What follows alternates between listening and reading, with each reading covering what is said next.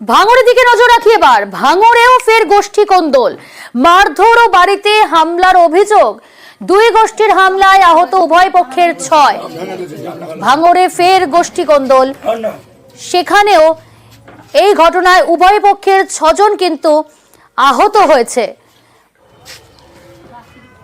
কিন্তু কেন এই পরিস্থিতি তৈরি হলো জানবো এবং আপনাদের জানানোর চেষ্টা করব। তবে তার আগে জানাচ্ছি, ভাঙড়ে ফের গোষ্ঠী কোন্দল, মারধর ও বাড়িতে হামলার অভিযোগ। ভাঙচুর করা হয়, দেখছেন সেই ছবি।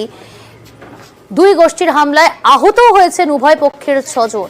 পঞ্চায়েত প্রধানের ছেলে ও অনুগামীদের বিরুদ্ধে হামলার অভিযোগ।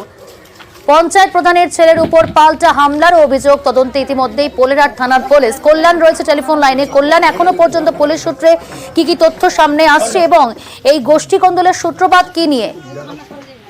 একেবারেই গোষ্ঠী কোন্দলের সূত্রপাত কিন্তু গতকালকে যে 21শে জুলাই গিয়েছে তৃণমূলের যে মহাসমাবেশ, সেই সমাবেশকে যাওয়াকে কেন্দ্র করেই এলাকার যে পঞ্চায়েত প্রধানের ছেলের কথা বারবার উঠে আসছে, কৌশিক মণ্ডল।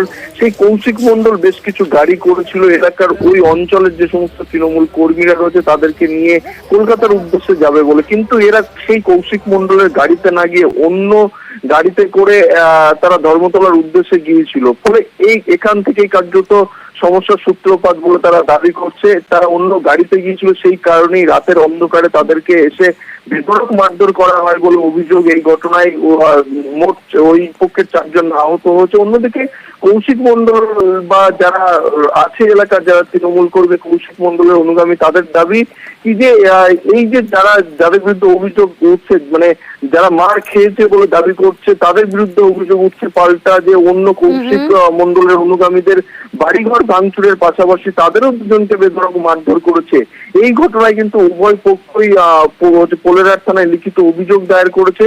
পুলিশ লিখিত অভিযোগের ভিত্তিতে ইতিমধ্যেই তদন্ত শুরু করেছে।